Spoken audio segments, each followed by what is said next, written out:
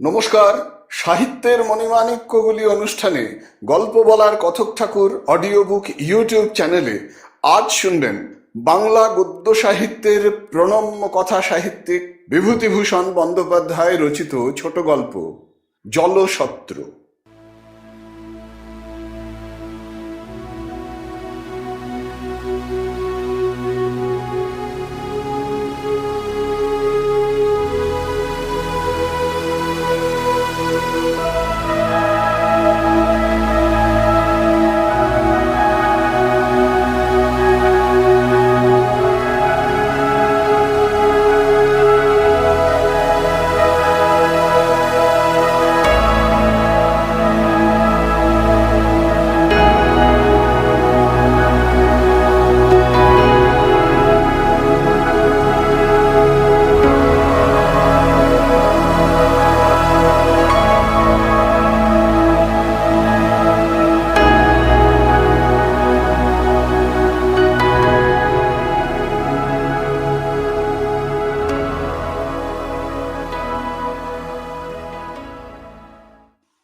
বৃদ্ধ মাধব শিরোমণি মশাই শিষ্য বাড়ি যাচ্ছিলেন।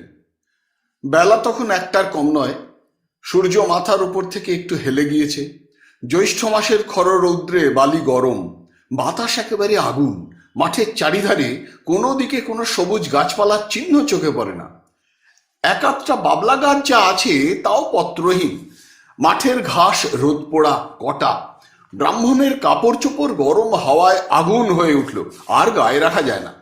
এক একটা আগুনের ঝলকের মতো দমকা হাওয়ায় গরম বালি উড়ে এসে তার চোখে মুখে তীক্ষ্ণ হয়ে বিঁধছিল। জ্যৈষ্ঠ মাসের দুপুরবেলা এ মাঠ পার হতে যাওয়া যে ইচ্ছে করে প্রাণ দিতে যাওয়ার সামিল, একথা নবাবদের বাজারে তাকে অনেকে বলেছিল।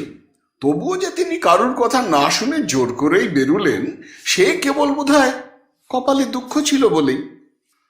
পশ্চিম দিকে অনেক দূরে একটা উলুখড়ের ক্ষেত গরম বাতাসে মাথা দোলাচ্ছিল। যেদিকে চোখ যায় সেদিকেই কেবল চকচকে খরবালির সমুদ্র। ব্রাহ্মণের ভয়ানক তৃষ্ণা পেল। গরম বাতাসে শরীরের সব জল যেন শুকিয়ে গেল, জিভ জড়িয়ে আসতে লাগলো। তৃষ্ণা এত বেশি হলো যে সামনে ডোবার পাতা পচা কালো জল পেলেও তা তিনি আগ্রহের সঙ্গে পান করেন।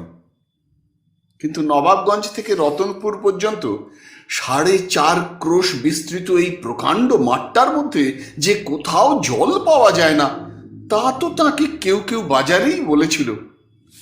এ কষ্ট তাকে ভোগ করতেই হবে। ব্রাহ্মণ কিন্তু ক্রমেই ঘেমে নিয়ে উঠতে লাগলেন। তার কান দিয়ে নাক দিয়ে নিঃশ্বাসে যেন আগুনের ঝলক বেরুতে লাগলো। জিভ জোর করে চুষলেও তা থেকে আর রস পাওয়া যায় না, ধুলোর মতো শুকনো। চারিদিকে ধুধু মাঠ খর রৌদ্রে যেন নাচছে। চকচকে বালিরাশি রোদ ফিরিয়ে দিচ্ছে। মাঝে মাঝে ছোট ছোট ঘূর্ণি হাওয়া গরম বালি ধুলো কুটো উড়িয়ে নাকে মুখে নিয়ে এসে ফেলছে। অসহ্য পিপাসায় তিনি চোখে ধোঁয়া ধোঁয়া দেখতে লাগলেন। মনে হতে লাগলো, একটু ঘন সবুজ মতো যদি কোনো পাতাও পাই তাহলে চুষি। জীবনে তিনি যত ঠান্ডা জল খেয়েছিলেন তা এইবার একে একে তার মনে আসতে লাগলো। তার বাড়ির পুকুরের জল কত ঠান্ডা, পাহাড়পুরের কাছারির ইঁদারার জল সে তো একেবারে বরফ। কবে তিনি শিষ্য বাড়ি গিয়েছিলেন, বৈশাখ মাসের দিন তারা তাকে বড় সাদা কাঁসার ঘটি করে নতুন কলসির জল খেতে দিয়েছিল। সেই জল একেবারে হিম, খাবার সময় দাঁত কনকন করে। আচ্ছা, এখন যদি সেই রকম এক ঘটি জল কেউ তাকে দেয়? তার তৃষ্ণাটা হঠাৎ বেড়ে গিয়ে বুকের কলজে পর্যন্ত যেন শুকিয়ে উঠল। এ মাঠটাকে এ অঞ্চলে বলে কচুচুষির মাঠ। তার মনে পড়ল, তিনি শুনেছিলেন এ জেলার মধ্যে এত বড় মাঠ আর নেই। আগে আগে অনেকে নাকি বৈশাখ জ্যৈষ্ঠ মাসের দুপুরে এ মাঠ পার হতে গিয়ে সত্যি সত্যি প্রাণ হারিয়েছে। গরম বালির উপর তাদের নির্জীব দেহ লুটিয়ে পড়ে থাকতে দেখা গিয়েছে। অসহ্য জলতৃষ্ণায় তারা আর চলতে অক্ষম হয়ে গরম বালির উপর ছটফট করে প্রাণ হারিয়েছে। সত্যিই তো, এখনো তো 2 ক্রোশ দূরে গ্রাম। যদি তিনিও... শুধু মনের জোরে তিনি পথ চলতে লাগলেন। এই পথ হাঁটার শেষে কোথায় যেন এক ঘটি ঠান্ডা কনকনে হিম জল তার জন্য কে রেখে দিয়েছে। পথ হাঁটার বাজি জিতলে সেই জলঘটিটাই যেন তার পুরস্কার, এই ভেবেই তিনি কলের পুতুলের মতো চলছিলেন। আধক্রোষ্টাক পথ চলে উলুখড়ের বনটা ডাইনে ফেলেই দেখলেন বোধহয় আর আধক্রোশ পথ দূরে একটা বড় বট গাছ। গাছটার তলায় কোনো পুকুর হয়তো থাকতে পারে, না থাকে ছায়াও তো আছে। বটতলায় পৌঁছে দেখলেন একটা জলসত্র, 4-5টা নতুন জ্বালায় জল, একপাশে একরাশি কচি ডাব, এক ধামা ভিজে ছোলা, একটা বড় জায়গায় অনেকটা নতুন আখের গুড়, একটা ছোট ধামায় ধামা বাতাসা, বাঁশের চেরা একটা খোল কাতার দড়ি দিয়ে আর একটা বাঁশের খুঁটির গায়ে বাঁধা। একজন জ্বালা থেকে জল উঠিয়ে চেরা বাঁশের খোলে ঢেলে দিচ্ছে, আর লোকে বাঁশের খোলের মুখে অঞ্জলি পেতে জল পান করছে। গাছতলায় যারা বসেছিল ব্রাহ্মণ দেখে শিরোমণি মহাশয়কে তারা খুব খাতির করলে। একজন জিজ্ঞাসা করলে, ঠাকুর মশাইয়ের আগমন হচ্ছে কোথা থেকে? আর একজন বললে, আহা সে কথা রাখো, বাবা ঠাকুর আগে ঠান্ডা হন। শিরোমণি মশাই যেখানে বসলেন সেখানে প্রকাণ্ড বটগাছটা প্রায় 2-3 বিঘা জমি জুড়ে আছে। হাতির শুঁড়ের মতো লম্বা লম্বা ঝুরি চারিদিকে নেমেছে। একজন তাকে তামাক সেজে দিয়ে একটা বট পাতা ভেঙে নিয়ে এলো নল করবার জন্য। আহ, কি ঝিরঝিরে হাওয়া! এই অসহ্য পিপাসা ও গরমের পর এমন ঠান্ডা ঝিরঝিরে বাতাস ও তৈরি তামাকে তার তৃষ্ণাও যেন অনেকটা কমে গেল। তামাক খাওয়া শেষ হলো। একজন বললে, ঠাকুরমশাই হাত পা ধুয়ে ঠান্ডা হন, ভালো সন্দেশ আছে ব্রাহ্মণদের জন্য আনা, সেবা করে একটু জল খান, এই রোদে এখন আর যাবেন না, বেলা পড়ুক। তারপর শিরোমণি মশাই জিজ্ঞাসা করলেন, এই জলসত্র কাদের? আগে ওই আমডুবের বিশ্বাসদের, শ্রীমন্ত বিশ্বাস আর নিতাই বিশ্বাস, নাম শুনেছেন? শিরোমণি মশাই বললেন, বিশ্বাস? সদ্গো? আগে না, কলু। সর্বনাশ! নতুন মাটির জ্বালা ভর্তি জল ও কচি ডাবের রাশি দেখে পিপাসার্ত শিরোমণি মশাই যে আনন্দ অনুভব করেছিলেন তা তার এক মুহূর্তে কর্পূরের মতো উবে গেল। কলুর দেওয়া জলসত্রে তিনি কি করে জল খাবেন? তিনি নিজে এবং তার বংশ চিরদিন অশূদ্রে প্রতিগ্রাহী। আজ কি তিনি, ওহ, ভাগ্যে কথাটা জিজ্ঞাসা করেছিলেন, নইলে এখনই তো।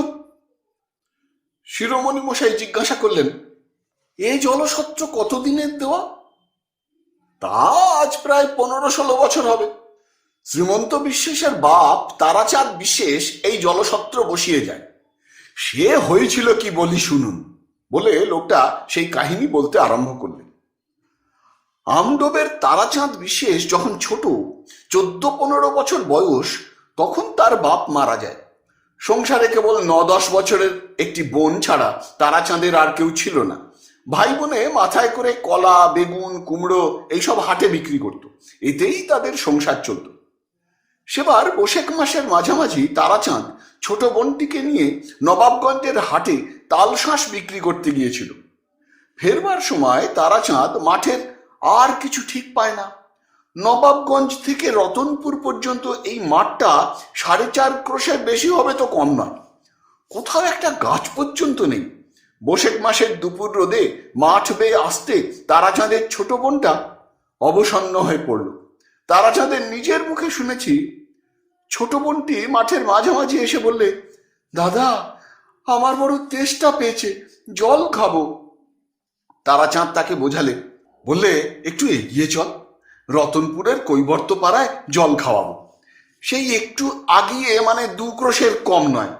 আর খানিকটা এসে মেয়েটা তেষ্টায় রোদে অবসন্ন হয়ে পড়লো। বারবার বলতে লাগলো, ও দাদা, তোর দুটি পায়ে পড়ি, দিয়ে আমায় একটু জল। তারাচাঁদ তাকে কোলে তুলে নিয়ে এই বটগাছটার ছায়ায় নিয়ে এসে ফেললেন। ছোট মেয়েটা তখন আর কথা বলতে পারছে না। তারাচাঁদ তার অবস্থা দেখে তাকে নামিয়ে রেখে ছুটে জলের সন্ধানে গেল। এখান থেকে 1/2 ক্রোশ তফাতে রতনপুরের কৈবর্ত পাড়া থেকে 1 ঘটি জল চেয়ে এনে দেখে তার ছোট বোনটা গাছতলায় মরে পড়ে আছে, তার মুখে একটা কচুর ডগা। এই বটগাছটা তখন ছোট ছিল, ওরই তলায় অনেক কচু বন ছিল। তেষ্টায় যন্ত্রণায় মেয়েটা সেই বুনো কচুর ডগা মুখে করে তার রস চুষেছিল। সেই থেকে এই মাঠটার নাম হলো কচুচুষির মাঠ। তারাচাঁদ বিশ্বাস ব্যবসা করে বড়লোক হয়েছিল। শুনেছি নাকি তার সে বোন তাকে স্বপ্নে দেখা দিয়ে বলতো, দাদা ওই মাঠের মধ্যে সকলের জল খাবার জন্য তুই একটা জলসত্র করে দে। তাই তারাচাঁদ বিশ্বাস এখানে এই বটগাছ প্রতিষ্ঠা করে জলসত্র বসিয়ে গেছে। সে আজ 15-16 কি 20 বছরের কথা হবে।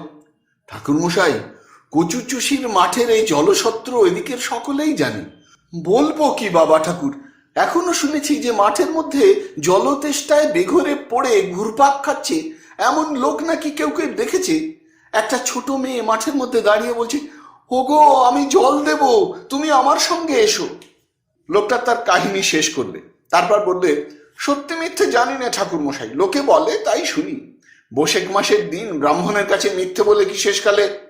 লোকটা 2 হাতে নিজের কান মলে কপালে 2 হাত ঠেকিয়ে এক প্রণাম করলে।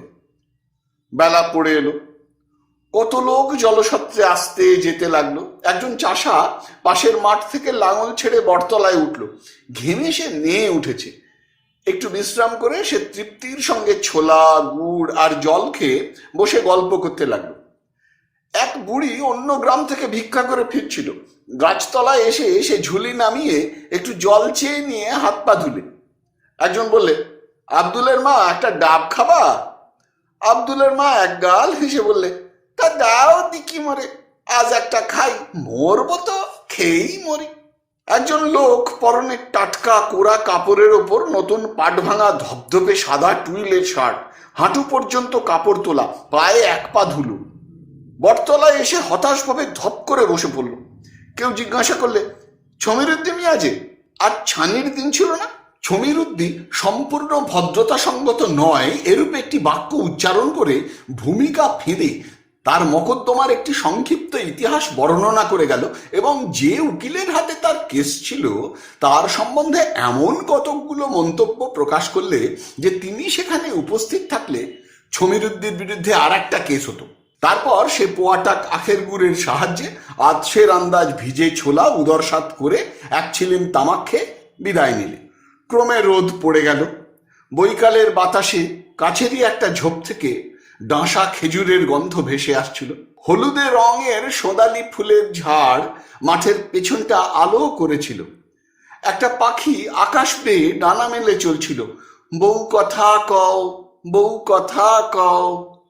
শিরোমণি মশাইয়ের বসে বসে মনে হলো 20 বছর আগে তার 8 বছরের পাগলি মেয়ে উমার মতোই ছোট একটি মেয়ে এই বটতলায় অসহ্য পিপাসায় জল অভাবে বুনো কচুর ডাঁটার কটু রস চুষেছিল। আজ তারই স্নেহ করুণা এই বিরাট বটগাছটার নিবিড় ডালপালায় বেড়ে উঠে এই জলকষ্ট পীড়িত পল্লী প্রান্তরের এক ধারে পিপাসার্ত পথিকদের আশ্রয় তৈরি করেছে। এরই তলায় আজ 20 বছর ধরে সে মঙ্গল রূপিণী জগদ্ধাত্রীর মতো 10 হাত বাড়িয়ে প্রতি নিদাঘ মধ্যাহ্নে কত পিপাসাতুর পল্লী পথিককে জল যোগাচ্ছে। চারিধারে যখন সন্ধ্যা নামে, তপ্ত মাঠ পথ যখন ছায়া শীতল হয়ে আসে, তখনই কেবল সমস্ত দিনের পরিশ্রমের পর সে মেয়েটি অস্ফুট জ্যোৎস্নায় শুভ্র আঁচল উড়িয়ে কোন অজ্ঞাত ঊর্ধ্বলোকে তার নিজের স্থানটিতে ফিরে চলে যায়। তার পৃথিবীর বালিকা জীবনের ইতিহাস সে ভোলেনি। যে লোকটা জল দিচ্ছিল তার নাম চিনিবাস, যাতে সদ্গো।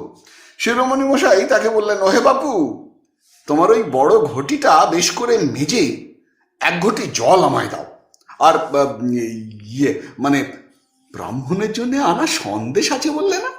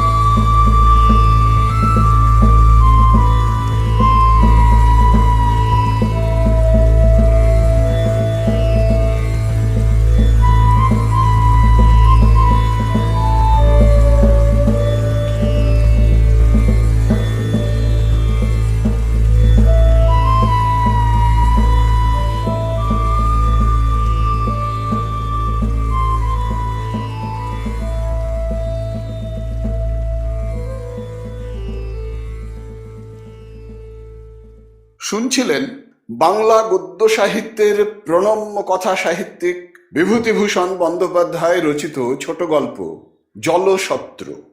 যদি এই অনুষ্ঠানটি আপনার ভালো লেগে থাকে তবে অবশ্যই একটি লাইক দিয়ে আমায় উৎসাহিত করবেন। যারা এখনো আমার এই চ্যানেলটিকে সাবস্ক্রাইব করেননি তারা অনুগ্রহ করে সাবস্ক্রাইব বোতামটি টিপে আমার এই চ্যানেলটিকে সাবস্ক্রাইব করে নেবেন এবং ভিডিওর কমেন্ট বক্সে আপনার মূল্যবান মতামত জানিয়ে চ্যানেলটিকে আরও এগিয়ে নিয়ে যেতে আমায় সাহায্য করবেন। ভালো থাকুন, পাশে থাকুন, সুস্থ থাকুন আর শুনতে থাকুন সাহিত্যের মণিমাণিক্যগুলি অনুষ্ঠানটি। নমস্কার।